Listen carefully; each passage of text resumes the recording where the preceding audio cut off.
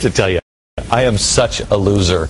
I spent the weekend, this is what I did. I read Meltdown, this one, and then I also read this one. This is fantastic as well. New Deal, Raw Deal. Wanted to get both of them on. Burton Folsom Jr. is the author of New Deal, Raw Deal, a new book exposing the myth that is FDR's New Deal. So let me start with, you know what, Thomas? Let me start with you.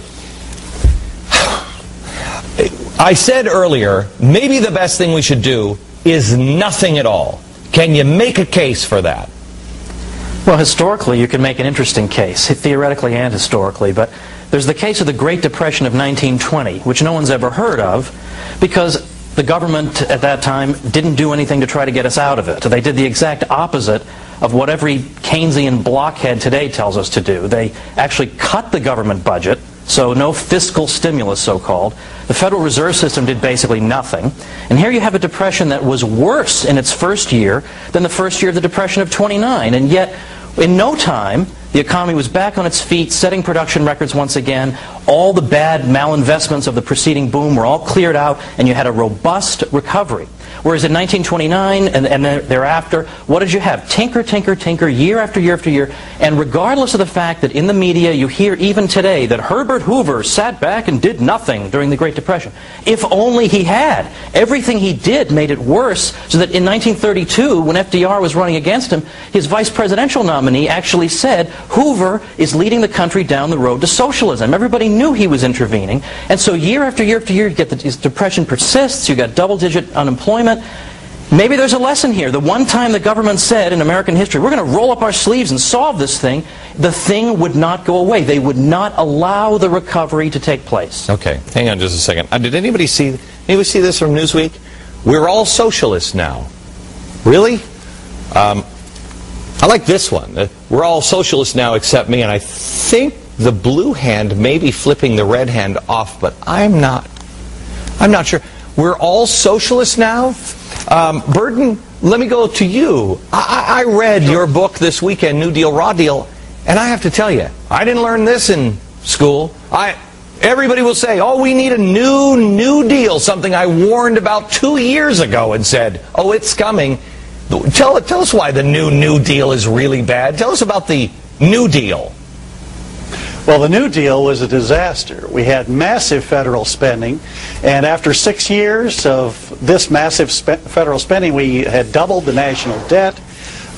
Henry Morgenthau, who was Secretary of Treasury, said, hey, we've tried spending, and it does not work. He said this after the April 1939 unemployment statistics came in, and it was 20%. Unemployment. Okay, I'm trying to figure out, guys, and maybe Thomas, I'll go back to you.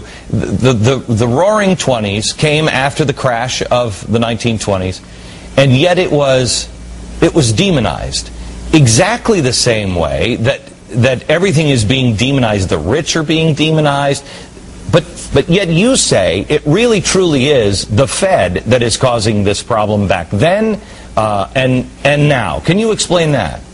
Yeah, absolutely. I mean, the great free market economists of the 20th century predicted pretty much what we're seeing. F.A. Hayek won the Nobel Prize in 1974 for basically saying that if you have a central bank like the Fed that's established by the government, has all these government-granted monopoly privileges, and it forces interest rates below the level that the free market would have set them, it sets the economy on an unsustainable boom. It sets investors out on investment trajectories that cannot be completed. There aren't enough resources to complete them. And so he predicted that there would be inevitably a bust, and a lot of these economists predicted that, of course, the bust would then be blamed on capitalism, as if it's the free market's fault that the government's crummy central bank forces interest rates below where the market would have set them. If we let the market set interest rates, you don't have these crazy asset bubbles. Meanwhile, we've had the Federal Reserve both in the 20s and today inflating these crazy bubbles, and now we've had probably the biggest asset bubble in world history, and they're all claiming they have no idea what caused it. I mean, talk about blockheads. So, Burton, help me out. I'm a regular schmo, man. I mean this, and I apologize, America, but I'm a recovering alcoholic. I'm a former DJ, man. I mean, you couldn't get dumber than me. I'm a self-educated guy. After 9/11 happened, I decided to educate myself because of my children. I wanted to make sure I knew what was going on in the world. About 2 years ago, I started to look at the economy and saying, this isn't right, this isn't going to work. So I've tried to educate myself on the economy. When I read things like both of your book, as I read them this weekend, and I have done it so many times, I read the history of this country. Woodrow Wilson was a nightmare. FDR, not anything like what I thought he was and what's being taught at school. Burton, why are we not taught the truth? Well, historians are committed to the idea that you need to centralize power in Washington, and that more things can be accomplished through centralized power than a decentralized system where private decision makers are spending their money as they see fit. What Tom said about the 1920s is true. In fact, we cut taxes in the 1920s. We had a top income tax rate in 1920 of 73%. Top marginal rate coming into the early 20s, and that helped explain why we had 12% unemployment in 1921. When Harding and Coolidge came in, they cut tax rates and they had budget surpluses every year. We cut about 1/3 of the national debt in the 1920s.